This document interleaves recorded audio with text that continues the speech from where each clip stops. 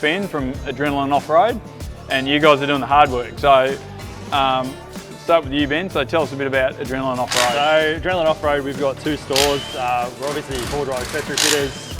We've got a store in Narellan, we've got a store in Pakenham. We also run off-road Tagalong tours. So Ben and Haley, we've got a couple of other tour guides. Ben and Haley currently in the Cape with our customers. Yep. Yeah, we do lots of different bits and pieces. We do recovery and accredited four-wheel drive training. But yeah, most of the stuff we do in our shops is basically what we're doing here. Yeah, okay. So talk us through GVM upgrades. Like, you know, who does a GVM upgrade and what do they do it for? So a lot of guys with dual cab utes don't realise that the GVM from factory is quite low. They might have a 400 or 500 kilo payload by the time they throw their wife, their kids and a full tank of fuel in there.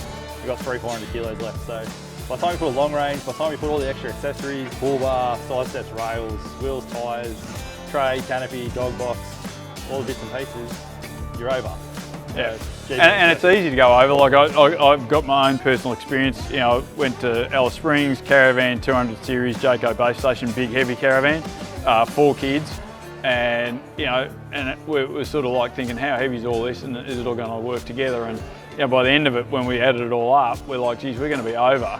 So many of us don't realise you buy your caravan, you don't realise how borderline you are to sort of not being road legal and not being safe.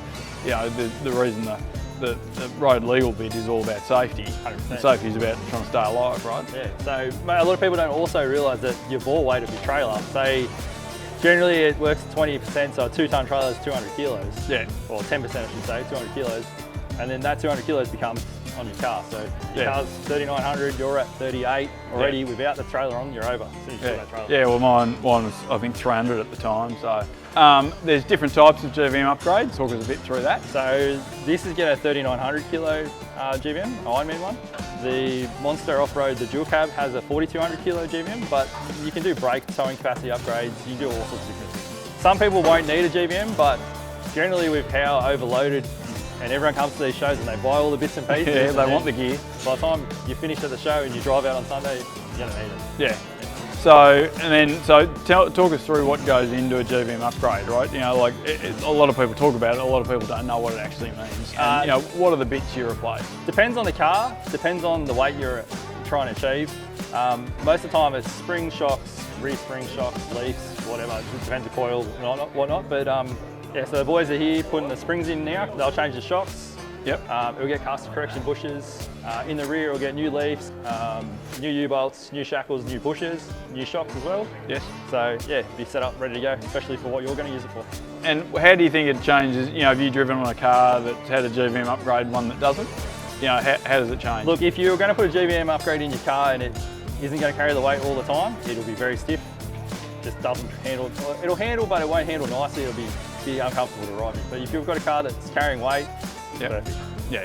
So it's fit for purpose, right? If you're going to load your car up, you're going to go off-road and you need it, it's good to do. If not, it makes it, like you say, stiff. Stiff means that you go around the corner, you hit a bump, you know, the thing's going to chatter across the road. The wrong direction. Yeah. So, you know, like you've got to do it for the right reasons. 100%. And so these guys are making this look really easy. I've been watching them do it and I think, geez, you know, I haven't worked on race cars for a long time, but I'm looking at it, I'm going, geez, these guys make this look so easy. They're definitely making it look easy for on the ground. Yeah, no 2-post hoist. Yeah, no hoist here. But we'll keep watching, we'll keep talking during the day and we'll see where we end up.